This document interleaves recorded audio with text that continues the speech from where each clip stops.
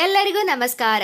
ಪರೀಕ್ಷಾ ಸಮಯದಲ್ಲಿ ಮಕ್ಕಳ ಜ್ಞಾನ ವೃದ್ಧಿಗಾಗಿ ವಾಸ್ತು ಟಿಪ್ಸ್ಗಳನ್ನು ಫಾಲೋ ಮಾಡಿ. ಆ ಟಿಪ್ಸ್ಗಳು ಯಾವುವು ಎಂಬುದನ್ನು ಈ ವಿಡಿಯೋದಲ್ಲಿ ತಿಳಿದುಕೊಳ್ಳೋಣ. ಅದಕ್ಕಿಂತ ಮುಂಚೆ ಇನ್ನು ಯಾರು ನಮ್ಮ ಚಾನೆಲನ್ನು ಸಬ್ಸ್ಕ್ರೈಬ್ ಮಾಡಿಲ್ಲ, ಪ್ಲೀಸ್ ಸಬ್ಸ್ಕ್ರೈಬ್ ಮಾಡಿ. ಶಾಲೆಯ ಅಂತಿಮ ವರ್ಷದ ವಿದ್ಯಾರ್ಥಿಗಳು ತಮ್ಮ ಜೀವನದ ಅತ್ಯಂತ ಸವಾಲಿನ ಪರೀಕ್ಷೆಗಳಲ್ಲಿ ಒಂದಾದ PUC ಮತ್ತು SSLC ಪರೀಕ್ಷೆಗಳನ್ನು ಎದುರಿಸುತ್ತಿದ್ದಾರೆ.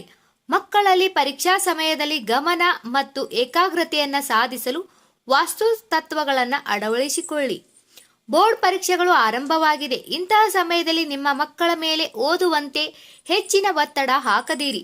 ಬದಲಾಗಿ ಈ ವಾಸ್ತು ಟಿಪ್ಸ್ ಬಳಸಿ ಮಕ್ಕಳ ಜ್ಞಾನವನ್ನು ಹೆಚ್ಚಿಸಿ. ಶಾಲೆಯ ಅಂತಿಮ ವರ್ಷದ ವಿದ್ಯಾರ್ಥಿಗಳು ತಮ್ಮ ಜೀವನದ ಅತ್ಯಂತ ಸವಾಲಿನ ಪರೀಕ್ಷೆಗಳಲ್ಲಿ ಒಂದಾದ PUC ಮತ್ತು SSLC ಪರೀಕ್ಷೆಗಳನ್ನು ಎದುರಿಸುತ್ತಿದ್ದಾರೆ. ಇದು ವಿದ್ಯಾರ್ಥಿಗಳು ಮತ್ತು ಅವರ ಪೋಷಕರಿಗೆ ತೀವ್ರ ಆತಂಕ ಮತ್ತು ಒತ್ತಡದ ಅವಧಿಯಾಗಿದೆ. ಮಕ್ಕಳಲ್ಲಿ ಪರೀಕ್ಷಾ ಸಮಯದಲ್ಲಿ ಗಮನ ಮತ್ತು ಏಕಾಗ್ರತೆಯನ್ನು ಸುಧಾರಿಸಲು ವಾಸ್ತು ತತ್ವಗಳನ್ನು ಅಳವಡಿಸಿಕೊಳ್ಳಿ. ಯಶಸ್ಸಿನ ದಿಕ್ಕುಗಳು ಯಾವುವು ಎಂದರೆ, ಪಶ್ಚಿಮ ಮತ್ತು ನೈಋತ್ಯದ ನಡುವಿನ ಪ್ರದೇಶವು ವಾಸ್ತು ಪ್ರಕಾರ ಏಕಾಗ್ರತೆಗೆ ಅಧ್ಯಯನಗಳಲ್ಲಿ ಉತ್ತಮ ಆಯ್ಕೆಯಾಗಿದೆ.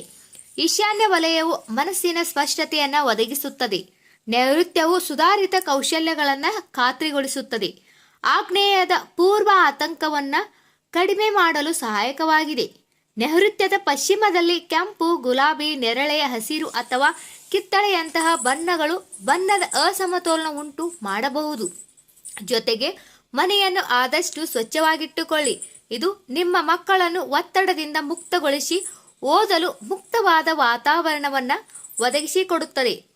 ಓದುವ ಕೋಣೆಯ ಸ್ಥಳ ಹೇಗಿರಬೇಕೆಂದರೆ, ವಾಸ್ತುಶಾಸ್ತ್ರದ ಪ್ರಕಾರ ಅಧ್ಯಯನದ ಕೊಠಡಿಯು ನೈಋತ್ಯ ದಿಕ್ಕಿನ ಪಶ್ಚಿಮದಲ್ಲಿ ಸೂಕ್ತವಾಗಿದೆ.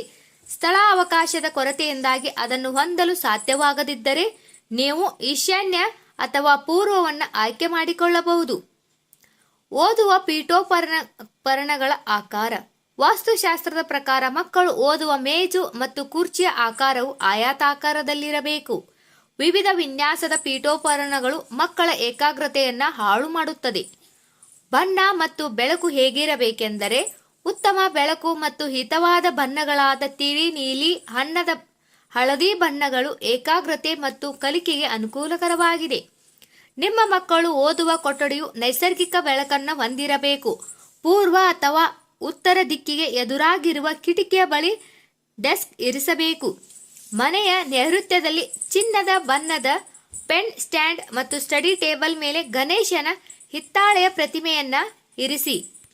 ಈ ಎಲ್ಲ ಮಾಹಿತಿಗಳು ನಿಮ್ಗೆ ಇಷ್ಟ ಆದರೆ ಈ ವಿಡಿಯೋಗೆ ಒಂದು ಲೈಕ್ ಮಾಡಿ. ಹಾಗೆ ಇನ್ನು ಯಾರು ನಮ್ಮ ಚಾನಲ್ ಅನ್ನು ಸಬ್ಸ್ಕ್ರೈಬ್ ಮಾಡಿಲ್ಲ, ಪ್ಲೀಸ್ ಸಬ್ಸ್ಕ್ರೈಬ್ ಮಾಡಿ. ಎಲ್ಲರಿಗೂ ಧನ್ಯವಾದಗಳು.